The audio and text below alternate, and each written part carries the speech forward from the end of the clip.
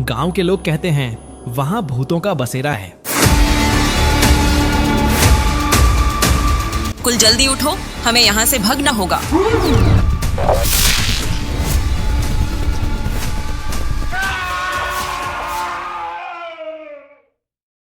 देर रात ठंडी हवाओं के बीच अचानक बारिश जैसी आंधी चलने लगी। मुकुल बेचैन हो उठा। एक ओर रजनी को लेबर पेन हो रहा था, दूसरी ओर तूफान इतना तेज था कि समझ ही नहीं आ रहा था कैसे वो रजनी को अस्पताल लेकर जाए। काफी मशक्कत के बाद मुकुल ने कार निकाली। अपनी बाहों का सहारा देकर उसने किसी तरह रजनी को कार में बैठाया और खुद ड्राइविंग सीट पर बैठकर कार स्टार्ट ही की थी कि आंगन में खड़ा पीपल का पुराना पेड़ जोर की आवाज के साथ भरभरा कर गिर पड़ा। रजनी और मुकुल की शादी को 5 साल हो चुके थे। दोनों की मेडिकल रिपोर्ट्स बिल्कुल नॉर्मल आई थी, लेकिन किस्मत ने अब तक उन्हें माता पिता बनने का सुख नहीं दिया था। देखिए, आपकी रिपोर्ट्स बिल्कुल नॉर्मल हैं। कई बार मानसिक तनाव, मेंटल स्ट्रेस की वजह से भी कंसीव करने में दिक्कत आती है। खासकर वर्किंग कपल्स को यह परेशानी ज्यादा होती है। मेरा मानना है कि अगर आप सच में फैमिली बढ़ाने के बारे में सोच रहे हैं तो सबसे पहले आपको स्ट्रेस छोड़ना होगा। आप लोग किसी लंबी छुट्टी पर घूमने जाइए। और मेरी सलाह है, रजनी जी, आप अभी अपनी नौकरी से कुछ समय के लिए ब्रेक ले लीजिए, क्योंकि बच्चे के जन्म के बाद भी आपके बच्चे को आपकी सबसे ज्यादा जरूरत होगी। डॉक्टर की सारी बातें सुनने के बाद जब रोशनी और मुकुल घर लौटे तो दोनों के मन में एक ही सवाल था, आगे क्या किया जाए। रजनी, अगर तुम जॉब छोड़ दोगी तो घर का किराया, बाकी सारे खर्चे, वो सब कैसे चलेंगे? जो थोड़े पैसे हैं हमारे पास, वो तो हमें आने वाले दिनों के लिए बचा कर रखने चाहिए। मुकुल, हम यह सब किसके लिए कर रहे हैं? ताकि हमारा बच्चा एक अच्छी जिंदगी जी सके। लेकिन अगर इन परेशानियों के बीच बच्चा ही ना हो तो फिर ये सब मेहनत किस काम की? मैंने सोच लिया है, अगले 5 सालों के लिए मैं जॉब छोड़ दूंगी। बाकी जो होगा देखा जाएगा। अगर किराए का बोझ और बाकी खर्चे बढ़ रहे हैं तो हम गाँव चल सकते हैं। तुम्हारे दादाजी की पुरानी हवेली अब भी वहाँ खड़ी है, हम वहीं रह सकते हैं। लेकिन रजनी, गांव में जाकर करेंगे क्या हम? और वैसे भी जब पिताजी छोटे थे तभी दादाजी ने वो हवेली छोड़कर शहर आना तय किया था।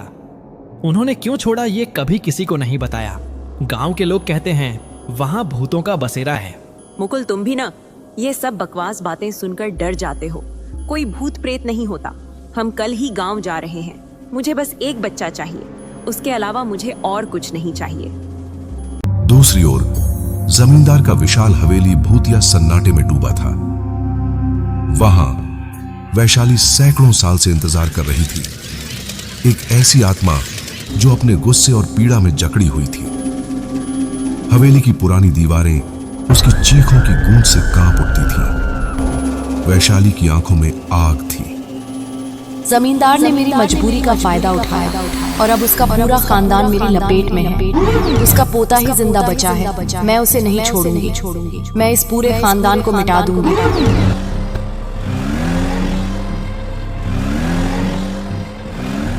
थोड़ी ही देर बाद रजनी और मुकुल हवेली के सामने पहुंच गए। हवेली को देखकर दोनों की आंखें फटी की फटी रह गईं। हवेली एकदम नई लग रही थी, जैसे समय ने इसे कभी छुआ ही न हो। इतने दिनों के बाद यह देखकर दोनों समझ नहीं पा रहे थे। इतनी भव्यता, इतनी चमक दमक। मुकुल और रजनी को यह एहसास नहीं था कि इस सबके पीछे कोई इंसान नहीं, बल्कि वैशाली की प्रचंड माया और रहस्य छिपा हुआ था। हर चमकते कमरे के पीछे उसकी हंसी और साया मौजूद था।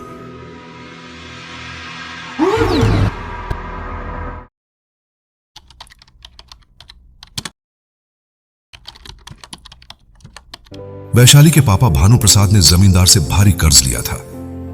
जमींदार ने सख्त लहजे में कहा, भानु प्रसाद, तुमने बहुत ज्यादा कर्ज ले लिया है। मैं तुम्हें और समय नहीं दे सकता। तुमने अपनी जमीन के कागज पहले ही हमारे पास गिरवी रखे हैं। अब वादे के मुताबिक इन कागजों पर अंगूठे का निशान लगा दो और सारी जमीन हमें सौंप दो। जमींदार साहब, पिछले 5 सालों से सूखे की मार पड़ी है। हमारी खेती अच्छी नहीं हो रही। हम क्या कर सकते हैं? तुम क्या करोगे या नहीं, मुझे इससे कोई मतलब नहीं। अगर कर्ज नहीं चुकाया तो तुम्हारी सारी जमीन के कागजों पर हम जबरदस्ती अंगूठा लगवा लेंगे। दुखी होकर भानुप्रसाद अपना घर चला आया। पापा, जमींदार ने क्या कहा? बेटी, जमींदार हमारे घर और सारी जमीन पर कब्जा करने वाला है। पिछले 5 सालों में हमने बहुत कर्ज ले लिया है।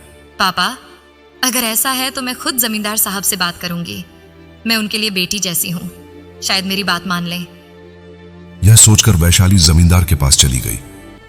वैशाली, तेरे पिता ने मुझसे बहुत कर्ज लिया है और जमीन के कागज भी मेरे पास हैं।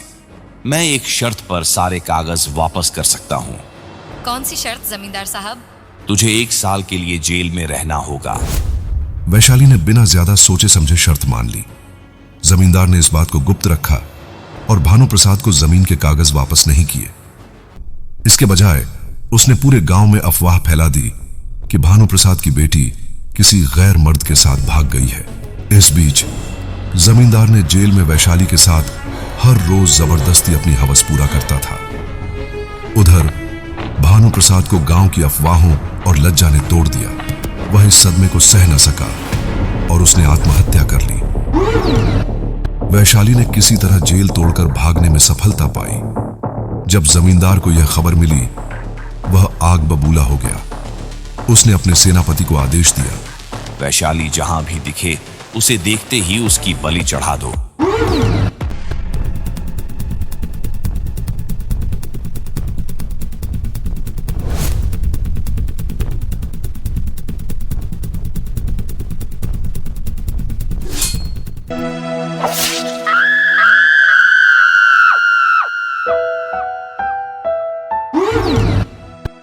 मुकुल के दादाजी ने वैशाली के साथ बहुत गलत किया है। वैशाली अब मुकुल को छोड़ेगी नहीं। मुकुल जल्दी उठो, हमें यहां से भागना होगा। मुकुल जल्दी उठो, मुकुल।